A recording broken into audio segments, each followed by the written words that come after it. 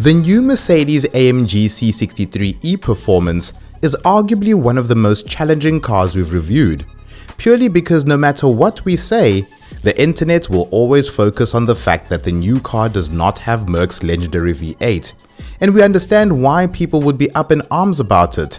That V8 was phenomenal. On the other hand, our jobs as journalists require that we look at the situation from all angles. So as much as we're missing the incredible noise that came from the old car, the new C63 still produces 500 kilowatts and can sprint to 100 kilometers an hour in 3.4 seconds. And with figures like that, we can't write the car off purely because it doesn't have a V8. In fact, from a technological standpoint, it's crazy that Merc has been able to churn out so much performance from a small engine. We understand though that it's not all about figures when it comes to this segment, but rather emotion. And here's the thing, it's not like the new C63 is dull in any way. It still manages to put a smile on your face, which is why as much as your inner petrolhead wants to hate it, once you've driven it, you're left a tad confused. So before you say we're bought by Mercedes for liking this car, as the internet likes to say, hear us out. Oh, geesh. Let's just feather it.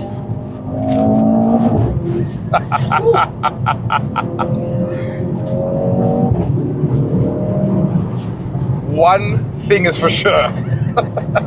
So, we started recording, but I'm a little bit quiet. This C63 is not slow. It is not slow whatsoever. Whoa. And that's been the argument, is that every single journalist who drives this car says the same thing. They say, yes, we understand no V8, but yes, we also understand that this thing is a weapon. You know, the last thought going through my mind then when we were going through those spirited driving, those bends, the last thing going through my mind is a V8 engine when this thing is spitting you out of corners like it spits you out of corners. That is the last thing that is going through my mind. Oh, this feels so good, but it's not a V8. So we understand the argument, but you can't just run with that and write the whole car off because it's got a powertrain that you don't like. 100%. I actually wish they didn't call it a C63. Yeah. They should have called it a C45. They should have called it something else. Because truth be told, the way this thing performs, you can't compare it. You can't compare it to the car that it replaces, because it's just such a different type of car. This is a tech marvel, whereas the old car was a sledgehammer. Yes. The old car was just something, it was just a weapon. It felt like you were just like wielding this thing. It just brute force. This thing feels like a razor sharp knife that you can like finally cut your line and all that. It's heavy, but at the same time, man. Yeah, it is heavy, but it doesn't feel heavy when you're going through kind of like a spirited driving through some corners and through some bends. Yeah. I mean, we were saying earlier that brakes don't feel great, but actually when you press the brakes, they feel good. Yes. The front end is really sharp. It's really pointy. Yeah. There's no kind of understeer per se, or it doesn't really feel like it's not going to turn in. On a track perhaps, you know, maybe. Yeah, when you're running the car at its limit on tires. Yeah. But we're not running the car at its limit on tires, and most people are never going to do that. That's on the thing. public roads especially. That's the thing. But yeah, my whole thing about this, it's not a V8, is that we understand that what the V8 stands for, and it's been the spirit of the car, but technology changes, and remember the original C63 was a 6.2 litre natural aspirated V8. That's true. Then we went down to a lower displacement with turbochargers, and now we've come down to a 2 litre. And I think it's also the fact that, you know, maybe they could have done a V6 and it wouldn't have been as hated on. That's but it's true. the fact that people kind of think of 2 litres as this economy engine, or this you know what I mean? Like, it's got a Golf GTI engine, it's 2 litre. Oh, it's just a 2 litre. Because A45 was fine to have a 2 litre. Yeah, A45 was fine to have a 2 litre. No one complained about it being one of the fastest hatchbacks in the world for a very long time, had a 2 litre. But you look at what's happening with hypercars, they're going down now from V12s to V6 hybrids, to V8 hybrids. So we got to stop looking at from a performance point of view and a technological point of view, like, it's not just about displacement. Yeah. Because this thing uses Formula One technology, especially when it's in race mode. Yeah. The battery charges and discharges extremely quickly. So like in F1, when you see the Lewis Hamiltons, the Max Verstappens, the Lando Norrises of the world using their battery as an overtake feature for 10 seconds, that's the same with this car. So you get a short amount of boost and then it recharges within 5 minutes. So people are hating on the fact that we are literally bringing F1 technology into a C-Class. It's true, eh? And you know, when you look at it like that, it kind of reshapes the way you look at this argument.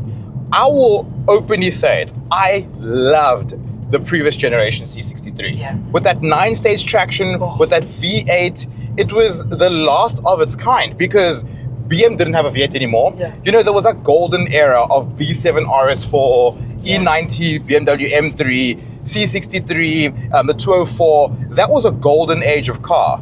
But times have changed. And yes, do I miss the car? Do I miss the V8? Of course. Of course, I'm a petrolhead. Who doesn't want to be, right now when we're chilling at 80 k's an hour, we'd be hearing that burbling, blah, blah, blah, blah, blah, but just be going on. So there's that specialness from that perspective is gone.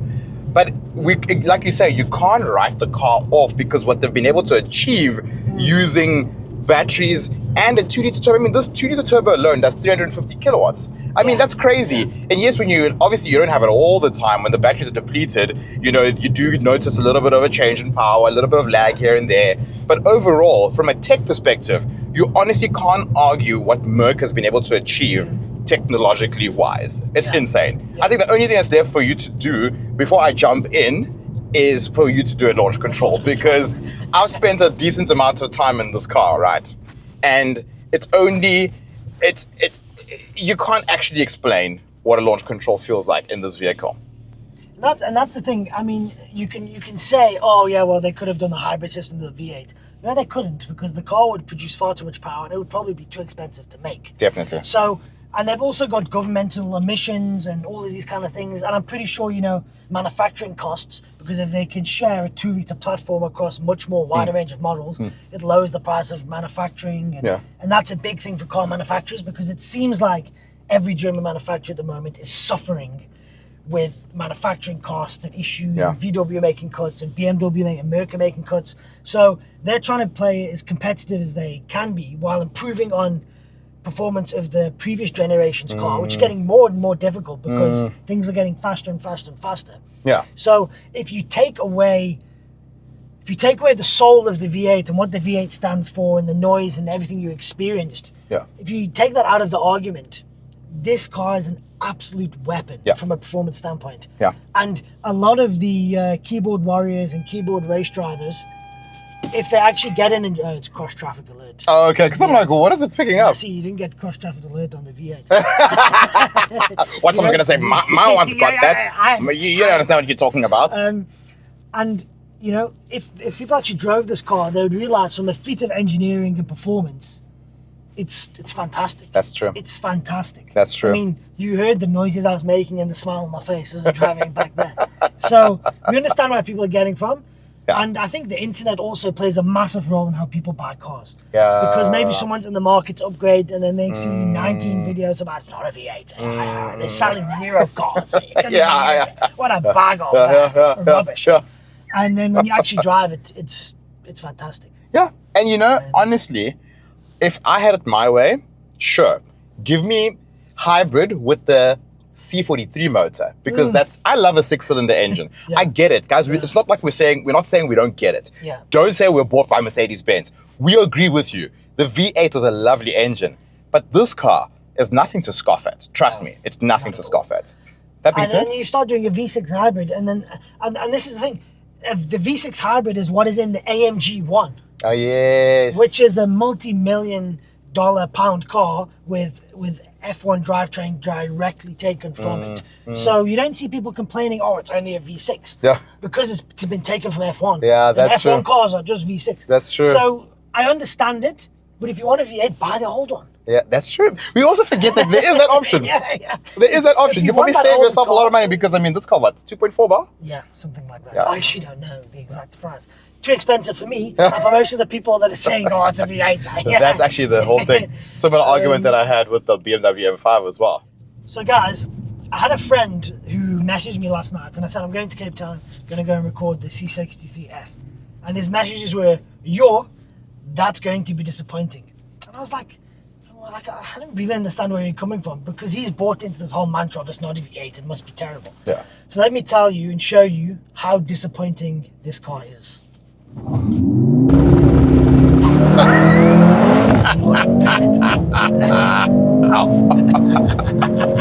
Oh my word. Oh. Don't forget to breathe. So that's what happens when you take the 2-litre engine producing 350 kilowatts and then you add on essentially a Polo GTI engine in the form of electric to give you 500 kilowatts. That's 500 kilowatts. 500 kilowatts. And 1020 Newton meters of torque. I can see your brain is converting from horsepower to pound-feet. And for my friend Zach that said this is going to be disappointing, this is twice the power of your S3, my friend. And I can tell you right now, he's getting called out on online. You're getting called out online. We love you, bro. Oh man. You know what I love is that. The little pops and bangs.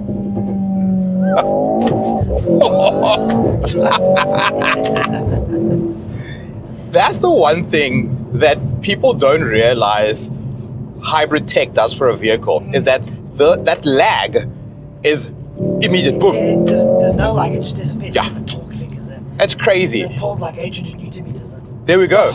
And that being said though, it's almost like a double-edged sword, because in some instances when the batteries run out, you don't have all that power immediately. Yeah. But again, we forget one critical thing, is that this car, bing, yeah, put that thing on our solids. Yeah. That's what I love about our test, is that we don't have any camera rolls. Well, are people are you guys offended because you heard that ping? Yeah. Did it offend you? It didn't offend me, so I'm sorry, guys. If that ping really got you, yeah. Exactly. It's late. Yes. Oh man, I love the fact that this is a road review, because I've watched track reviews of this car. I've listened to so many people's opinions, and it's like what we were saying. This car, at the end of the day, is an everyday car. Yes. You're going to use this thing every day. Yeah. And I'm in a race right now, right? But if I just go into comfort, because the guys at Merck, It's taking a while to go through I'm like, roads. bling, bling, bling. The guys from Merck said to us, there's two modes that you actually really need to worry about: comfort and race. And in comfort, I'll tell you this, we spent a decent amount of time with the previous iterations of the C63. Yeah. The C63 always had a certain tension to it all the time. Because it was a big V8, even small things, parking the car, I don't know if you remember, there almost was a bit of scrubbing you'd feel on the wheel of the vehicle. And obviously, I don't know if it's got anything to do with the engine or anything, but the point I'm making is that the car had a tension to it. You could feel that this was a big boy car with a big boy engine, and that was brilliant. It was a different type of vehicle.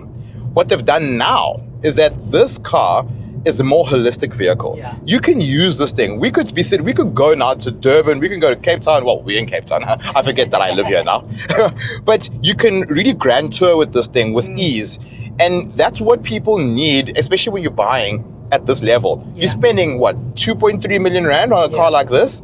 So you need that dual personality. And when I say this car's got a real dual personality, in comfort now, you know, obviously we're on a long road, so it's gonna just keep the engine on. But I've been driving it in town, and it will switch between battery and comfort, battery and comfort.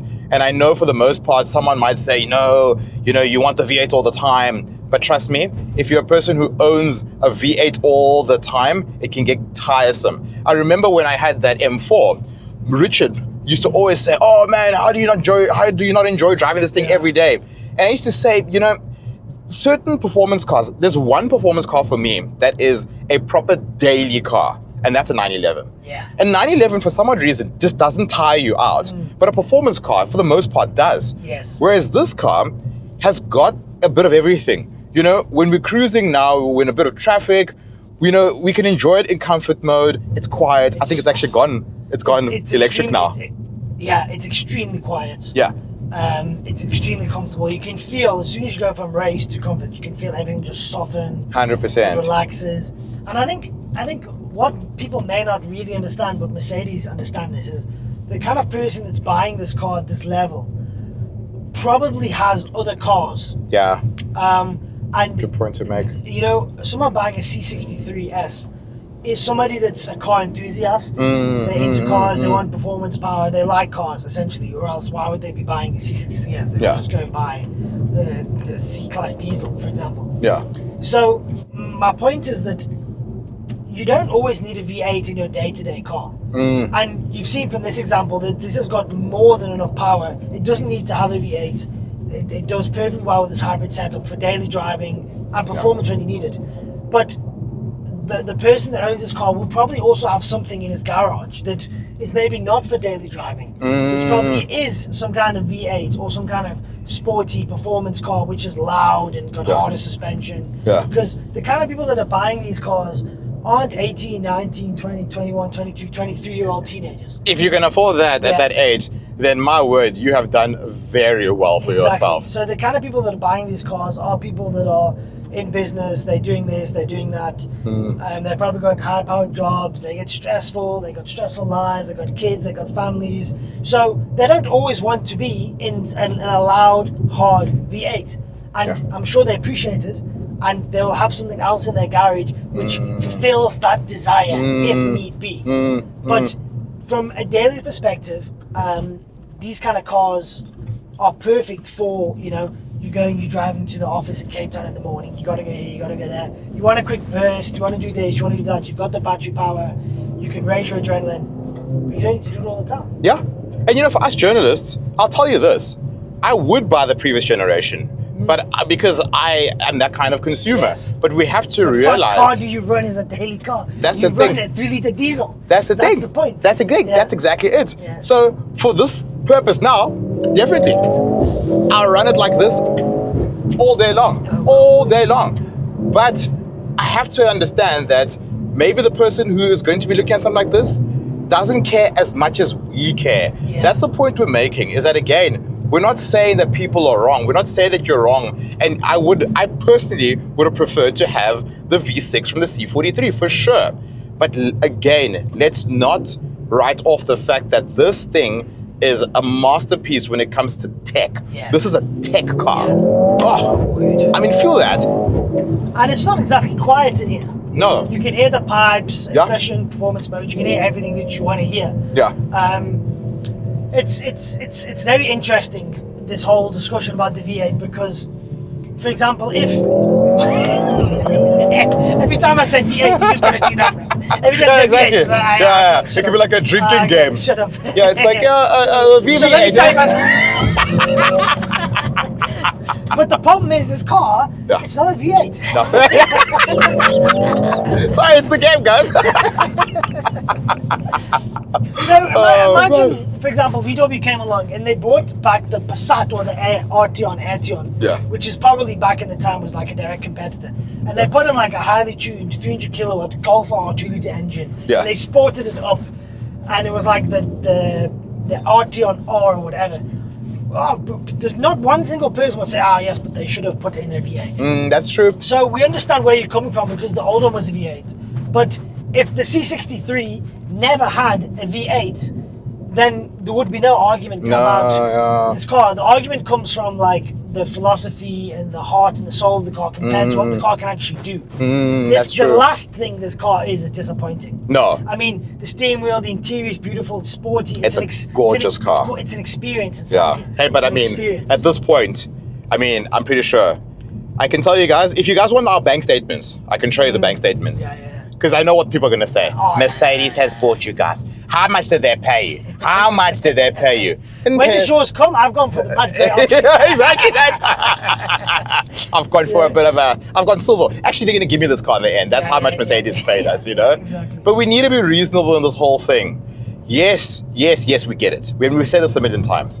But guys, when you've got a car that is this smart, and hear me out here, smart, You can't write it off to say that it's a bad car or whatever. And at the end of the day, I know people have said there's articles where they say it's not selling and this and this and this.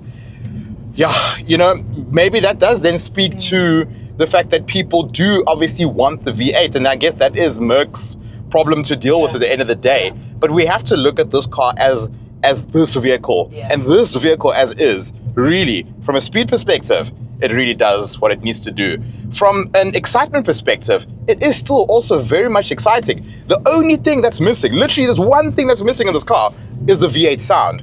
And based on that, we can't say that this is not we can't say this is a bad car. No, you got to judge it on how it makes you feel. Yeah. And how we've driven it on this bendy road is it's felt great. Yeah. You don't really think about the V8, and it's, you know, it's kind of it's sometimes people are picking and nitpicking for the sake of picking and nitpicking, if that makes sense. And also, the people who are nitpicking and picking is because we live in an era where people nitpick and pick and nitpick. It's the same thing with the M5. Everybody was going on 500 kilograms heavier. Guys, I've driven that new M5. Unless you've driven that car and you really don't like it, I stand by your opinion, for sure. But don't not drive something and then dog it where you actually don't know what you're speaking about. Because that's actually that's what the internet is today. People want to complain, and I mean, listen to this, I wonder if people can. Oh, jeez. It actually sounded like a V8 then. It's around the corner, so I can't even do the whole thing. But listen to this. Oh, it's aggressive. It's very aggressive. It's extremely aggressive. Now we must say that this is a bad car. Yeah. Come on, guys. Attack, man. And on that bombshell.